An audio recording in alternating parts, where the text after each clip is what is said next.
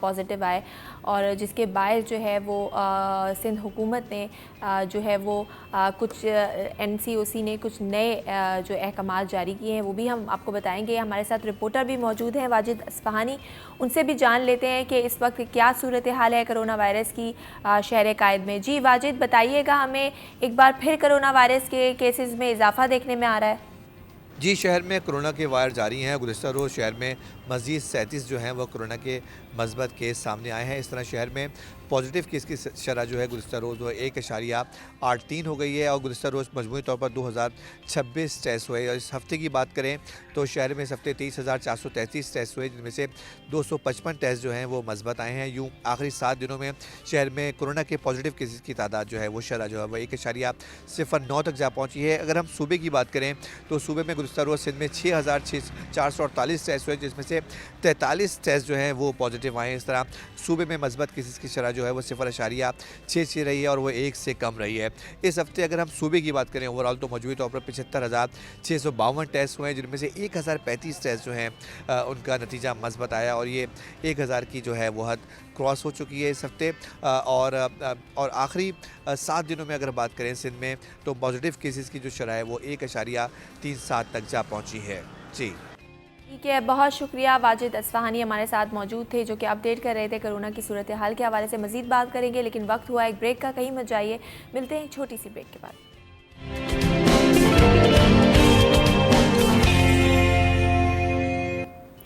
جی welcome back, آپ دیکھ رہے ہیں سٹی ایٹ 10, میں ہوں زہرا رضا اور اب بات کریں گے نسلہ ٹاور کے حوالے سے. کراچی میں اس وقت عوام سخت پریشان ہیں. بلڈرز جو ہیں انہوں نے جتنا بھی زیر تعمیر کام ہے وہ روک دیا ہے اور احتجاج کر رہے ہیں. عوام جو کہ نیا گھر یا فلیٹ لینا چاہتی ہے وہ پریشان ہے, جنہوں نے گھر لے لیے ہیں وہ پریشان ہے کہ کہیں ان کا حال نسلہ ٹاور کی طرح تو نہیں ہو جائے گا.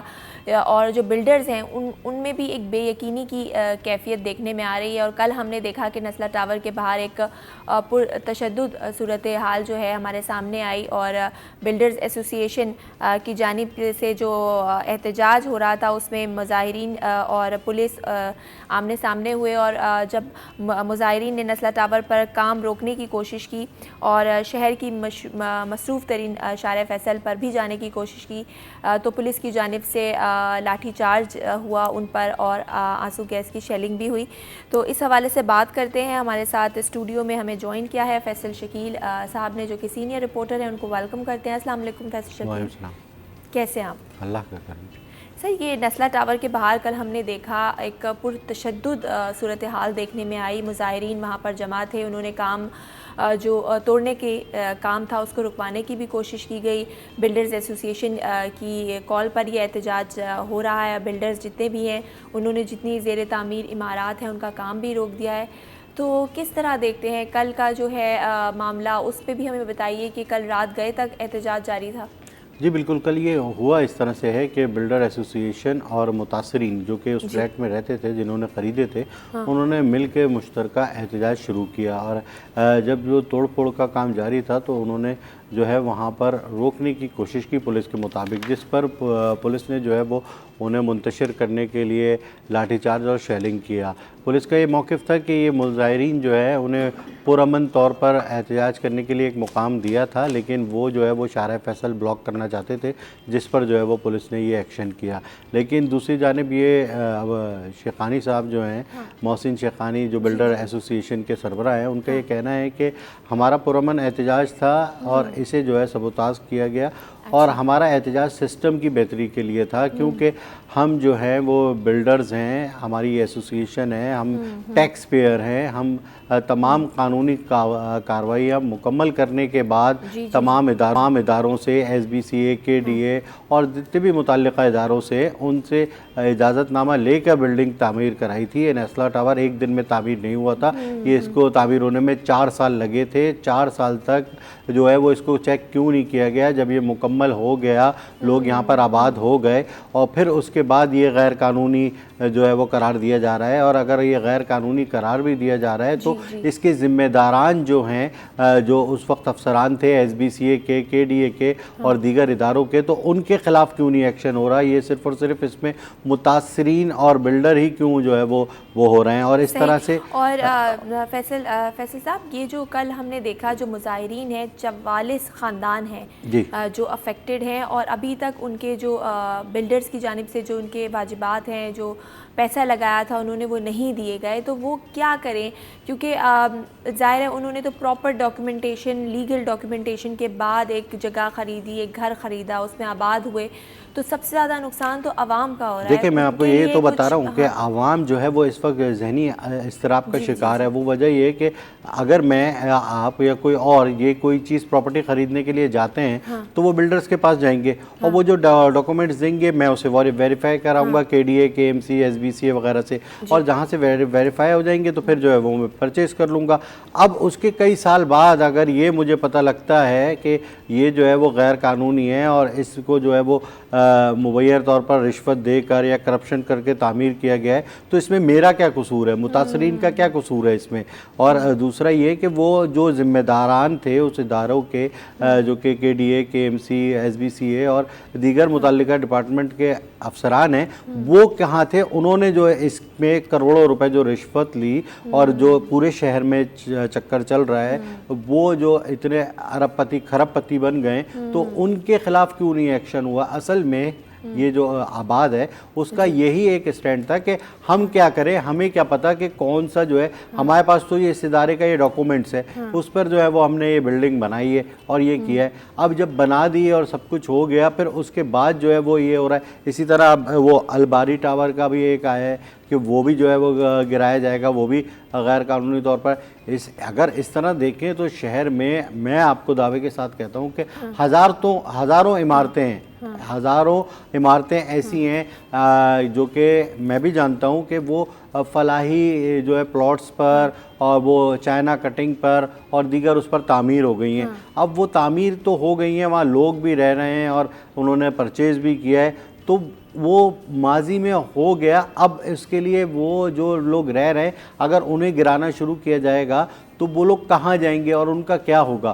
کوئی اپنا آشیانہ بناتا، آدھا کراچی میرے خیال ہے بے گھر ہو جائے گا۔ اور کل ہم نے دیکھا بلڈرز کی جانب سے جو احتجاج ہے ان میں بھی ایک بے یقینی ہے، کیونکہ اگر وہ پراپر لیگل ڈاکیومنٹیشن کے بعد ایک جگہ لیتے ہیں، پھر اس پہ گھر تعمیر کرتے ہیں یا بلڈنگ تعمیر کرتے ہیں، تو اب وہ بھی ڈر گئے ہیں کہ ہم جو بلڈنگ بنا رہے ہیں بعد میں پتہ چلے جی بالکل اصل صورتحال ہی یہی ہے۔ آپ کا کہنا بالکل درست ہے۔ کل میری محسن شیخانی صاحب سے بات ہوئی، وہ میرے ساتھ ہی موجود تھے جب پروٹیسٹ پہ شیلنگ اور ہوائی فائرنگ ہوئی، تو ان سے میری جب بات ہوئی تو وہ یہی کہہ رہے تھے کہ بھائی ہم نے کراچی میں تو کام روک دیا ہے، اب ہم کراچی میں، اب ہم اس کا دائرہ جو ہے پورے ملک میں پھیلائیں گے اور پورے ملک میں تعمیراتی شعبہ بند کر دیں گے۔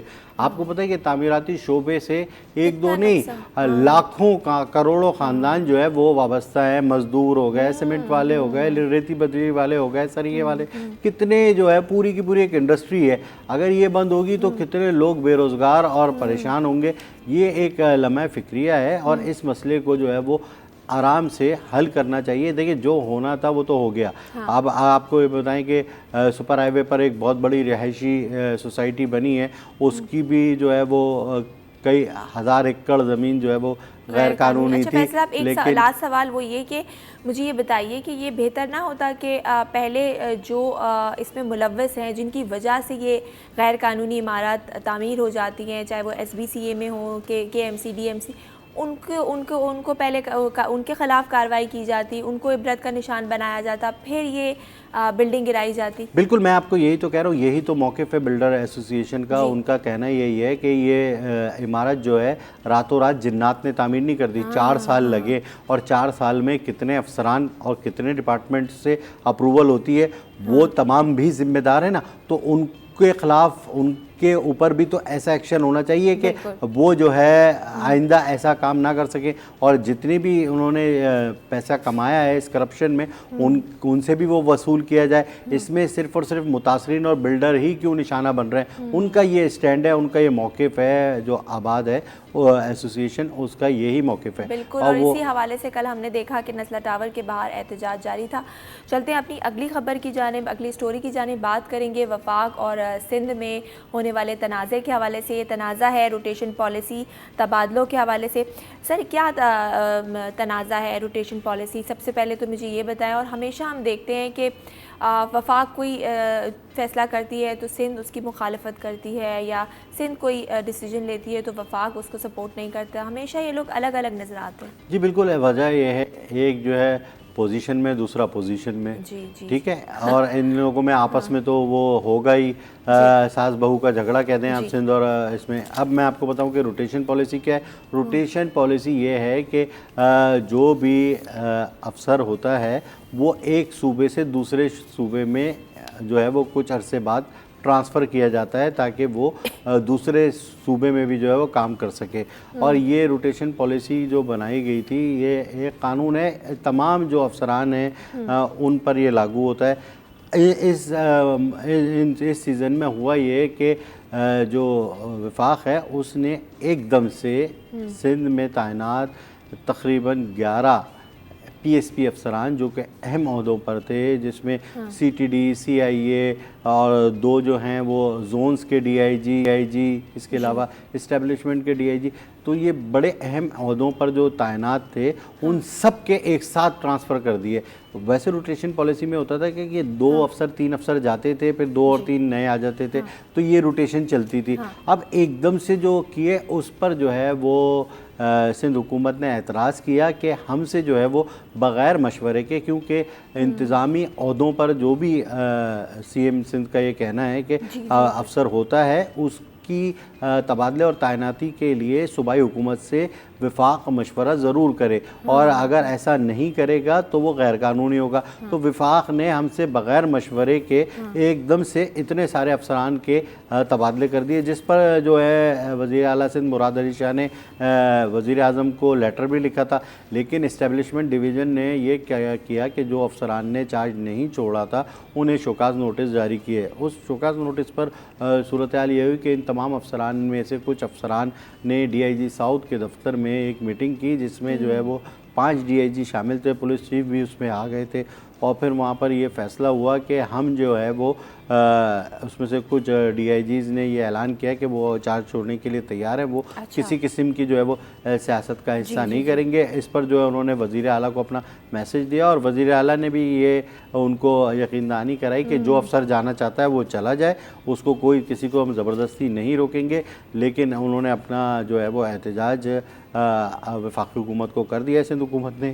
اب دیکھتے ہیں کہ یہ چارج جو ہے وہ کب چھوڑتے ہیں اور کب جو ہے وہ نئے افسران آتے ہیں، لیکن سندھ حکومت کا یہ ایک اپنا ایک اسٹینڈ، اور میں یہ سمجھتا ہوں کہ بالکل صحیح ہے کہ ایک دم سے اتنے سارے افسران تبدیل ہو جائیں گے۔ ان کے پاس کئی پروجیکٹ ہیں، کئی اہم مشن ہیں جس پر وہ کام کر رہے ہیں، اگر وہ تبدیل ہو جائیں گے تو اس سے انتظامی امور میں جو ہے وہ مشکلات کا سامنا کرنا پڑے گا۔ صحیح، چلتے ہیں اپنی اگلی سٹوری کی جانب بات کریں گے۔ سندھ میں گیس بحران جو ہے وہ شدت اختیار کرتا جا رہا ہے۔ ہم نے دیکھا کہ گھریلو صارفین تو پریشان ہے، لیکن انڈسٹریز کو بھی گیس کی سپلائی بند کر دی گئی ہے۔ جنرل انڈسٹریز کے تمام نجی بجلی گھروں کو گیس سپلائی بند کر دی گئی ہے۔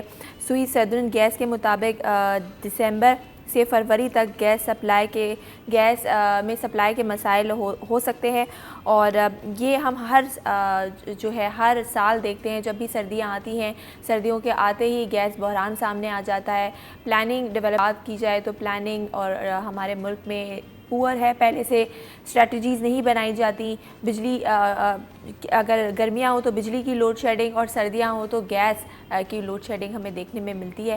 جی فیصل صاحب، گیس بحران تو شدت اختیار کر رہا ہے، گھریلو صارفین پریشان ہیں، انڈسٹریز کو اگر گیس کی سپلائی بند کر دیں گے تو ہمیں کتنا نقصان ہوگا؟ پروڈکشن ہماری متاثر ہوگی، ہماری ایکسپورٹس متاثر ہوں گی؟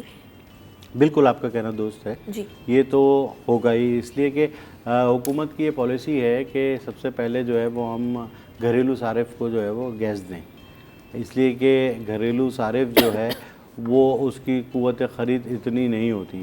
اچھا, انڈسٹریز میں بھی بالکل جو آرڈرز لیے ہوئے ہیں, جو انڈسٹریز کو اپنا ٹارگیٹ پورا کرنا ہے, گیس نہ ہونے کی وجہ سے انہیں بھی شدید دشواری اور مشکلات کا سامنا ہے. یہ ایک سیزن ہے سردی میں جب بھی جو ہے وہ ہوتی ہے, ایک طرف تو ہمارے جو ذخائر ہیں وہ کم ہو رہے ہیں, مسلسل کم ہو رہے ہیں, اضافہ نہیں ہو رہا ان میں. ایک وجہ وہ ہے گیس کم ہونے کی, اور دوسری وجہ یہ سردی ٹیمپریچر ہے, اس میں جو ہے گیس کا پریشر کم ہو جاتا ہے اور اس کی وجہ سے جو ہے وہ گیس کی فراہمی میں کمی آتی ہے.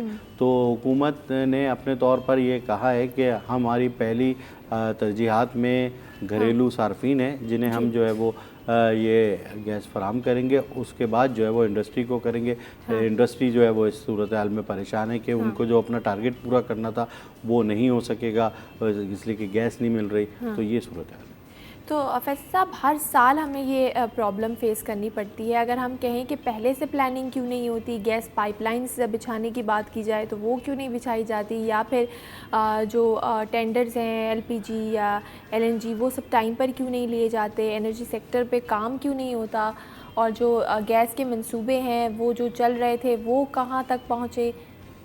دیکھیں آپ بہت سارے سوال ہو گئے. نہیں, میں آپ کو بول رہا ہوں کہ آپ تو ایسا سمجھ رہی ہیں کہ جیسے ہم بہت آئیڈیل سچویشن میں ہیں, بہت جو ہے ترقی یافتہ ملکوں میں ہمارا نام جو ہے وہ ہے, لیکن ہمارے پاس اصل صورتحال یہی ہے کہ پلاننگ نہیں ہوتی. ہر مشکل کا, ہر مسائل کا حل کے لیے پلاننگ ہونا پہلے سے ضروری ہے. تو پلاننگ نہیں ہے, ڈیولپنگ کنٹری بھی تو پلاننگ کرتی ہے نا بالکل, ڈیولپ تو ہونے کے وہ لیے. ہمارے پاس کوئی کسی قسم کی پلاننگ ہی نہیں ہے, وہ تھنک ٹینک ہی نہیں ہے کہ اگر ہمارے پاس اس چیز کی کمی ہو رہی ہے تو اس کا نم البدل کیا ہوگا اور ہمیں اس سچویشن میں کس طرح سے گزارا کرنا ہے. تو یہ چیز سب سے زیادہ ضروری ہوتی ہے پلاننگ کی, اور پھر اس کے بعد جو ہے اس کے حل کی کہ ہمیں کرنا کیا ہوگا. اگر یہ چیز نہیں ہوگی تو اس کا نم البدل کیا ہوگا جس سے ہماری کارکردگی یا ہماری جو ٹارگیٹ ہے وہ ادھورا نہ ہو. تو یہ پلاننگ نہیں کی جاتی اور یہ اس کو ہی ایک ایشو بنا دیا جاتا ہے کہ گیس پریشر میں سردی کی وجہ سے کمی ہے, لیکن اس کا کہیں نہ کہیں کوئی نہ کوئی حل تو ہوگا نا, لیکن وہ نہیں ہوتا. اور آپ کا گھریلو جو لوگ ہیں, صارفین, عوام, وہ تو پریشان ہو رہی ہے, اس کے ساتھ ساتھ جو انڈسٹریز ہیں وہ پریشان ہو رہی ہے. ہماری پروڈکشن اس سے افیکٹ ہوگی, ایکسپورٹس افیکٹ ہوں گی, اکانومی کا جو آپ بولیں ریونیو افیکٹ ہو سکتا ہے. بالکل یہی ہوگا. اس سے ہماری جو ہے وہ دیکھیں, اب فیکٹری نہیں چلے گی تو مزدور لیبر سب سے پہلے وہ بھی متاثر ہوگی, اس لیے کہ جنات تو بناتے نہیں ہیں, لیبر بناتی ہے. لیبر ایک عام بے روزگار ہوگا, جب فیکٹری اس کی بند ہوگی, گیس کا پریشر نہیں ہوگا, مالک ایسے تو پیسے نہیں دیتا جب تک کام نہیں کرے گا. تو وہ ایک تو سب سے پہلے وہ ہوگا. دوسرے طور پہ مالک جو کہ ٹیکس بھی دیتا ہے, اب وہ ٹیکس نہیں دے گا اس لیے کہ اس کی پروڈکشن پوری نہیں ہوئی ہے.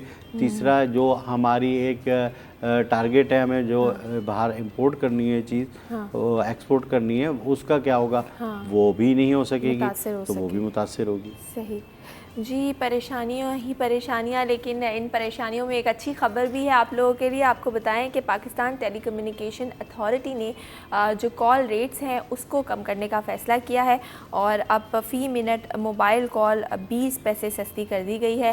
اس حوالے سے بات کریں گے. 70 پیسے سے اب 50 پیسے ہو گئی ہے.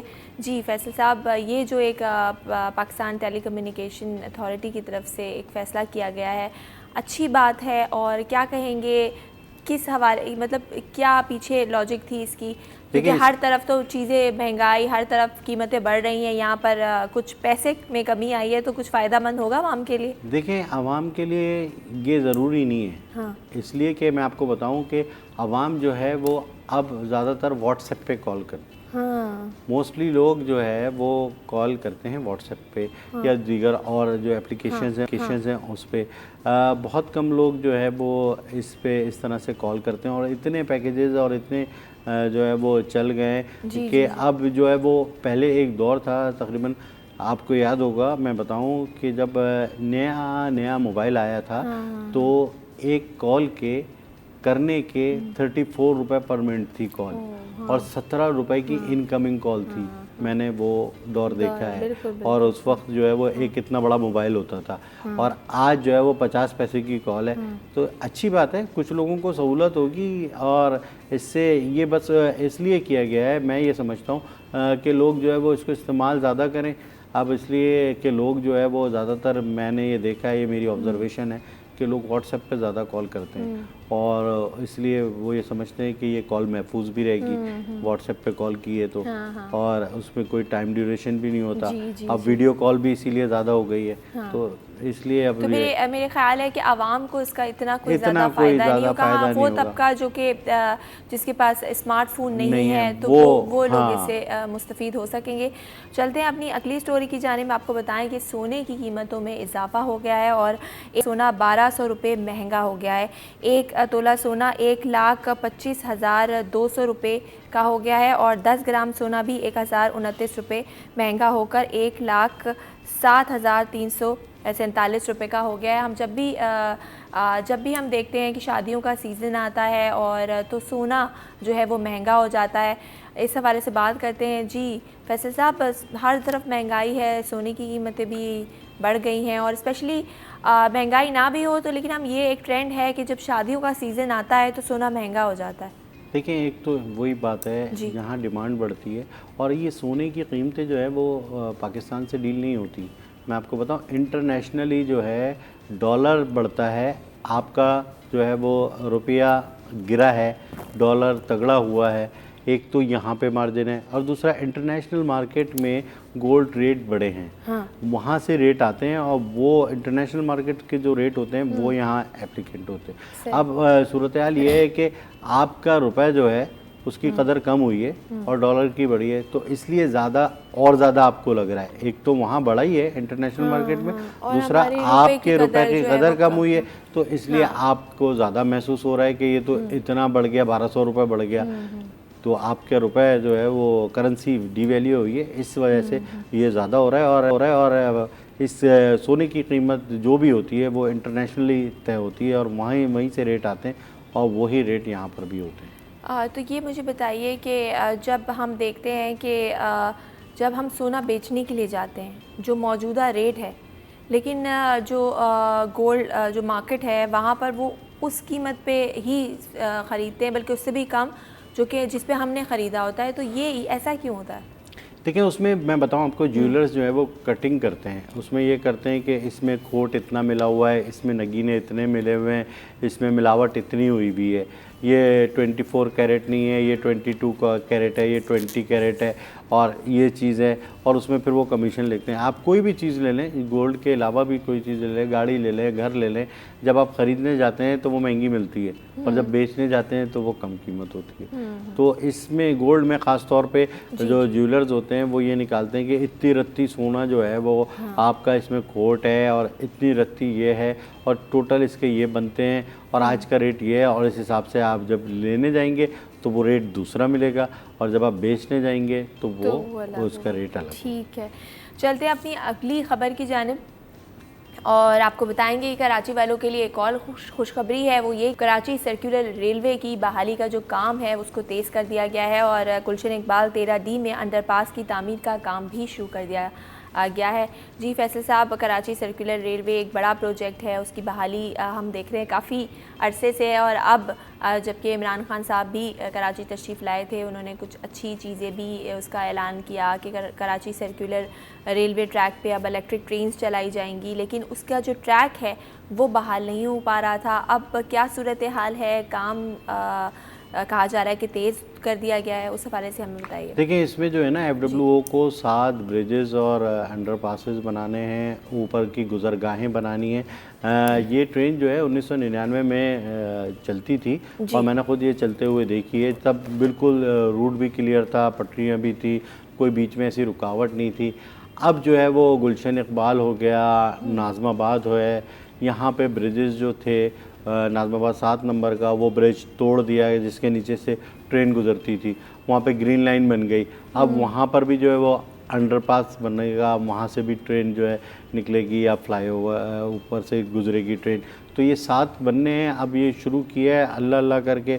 دیکھیں، اس کا شاید گرین لائن والا نہ ہو، کہ گرین لائن کو 4 سال ہو گئے، اور وہ ابھی تک افتتاح نہیں ہوا، اور بولا یہ گیا تھا گورنر سندھ کی جانب سے کہ نومبر میں ہو جائے گا، اور اس کا جو ہے بڑا اعلان کیا گیا، کبھی بولا گیا کہ پچھلے سال سے تاریخ پہ تاریخ گرین لائن کی مل رہی بالکل ہے۔ آپ نے صحیح کہا، بلکہ نومبر کیا کہا تھا، اکتوبر کے اینڈ میں جو ہے اکتوبر کے اینڈ میں، پھر گرین لائن نومبر کی میں جو بسیں آئی ہیں وہ سڑکوں پر دوڑتی نظر ہاں آئیں گی۔ بسیں بھی آ گئی ہیں، وہ بسیں اب نومبر بھی اینڈ ہونے والا ہے، بالکل تو نومبر بھی یہ اینڈ بسیں رکھی نہیں، یہ بسیں رکھی نہیں، ابھی جو ہے نا وہ جو 4 سال سے بنا کے رکے ہوئے تھے نا، جو اسٹیشنز بنے ہوئے تھے، ان کی رینوویشن کا کام ہو رہا ہے، اس لیے کہ ان میں بہت ساری چیزیں خراب ہو گئی ہیں رکھے کچھ جو لفٹس خراب ہو گئی ہیں جو لگی ہوئی ہیں، وہاں پر جو ہے وہ کچھ ڈیمیجز آ گئے ہیں، تو وہ سب صحیح کر رہے ہیں۔ اب اس کو صحیح کرنے میں یہ سمجھتا ہوں کہ پورا مہینہ لگے گا، کام ہو رہا ہے اس پہ، لیکن یہ نومبر نہیں ہے، دسمبر یا ہو سکتا ہے جنوری، اس میں آ جائے۔ بسیں آ گئی ہیں، اچھی بات ہے، لیکن یہ تاخیر التوا کا شکار ہوا ہے یہ منصوبہ۔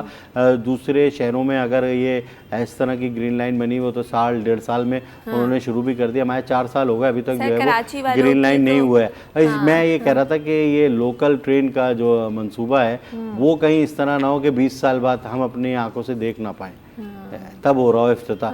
جس طرح کی یہ صورتحال ہے، ابھی انہوں نے ایک برج کی کھدائی شروع کی ہے، وہ انڈر پاس کھدے گا، وہ بنے گا، اس میں پتہ نہیں آگے کیا ہوگا، پھر آگے حکومتیں تبدیل ہو جائیں گی، پھر وہ التوا کا شکار ہو جائیں گے، تو یہاں پر یہ سسٹم زیادہ ہے۔ یہ اس لیے لوگ جو ہے وہ کراچی کے لوگوں کے لیے جنگی بنیادوں پر یہ کام کرنا چاہیے۔ بالکل آپ نے صحیح کہا، بہت شکریہ فیصل شکیل صاحب، آپ کا پروگرام میں تشریف لائے۔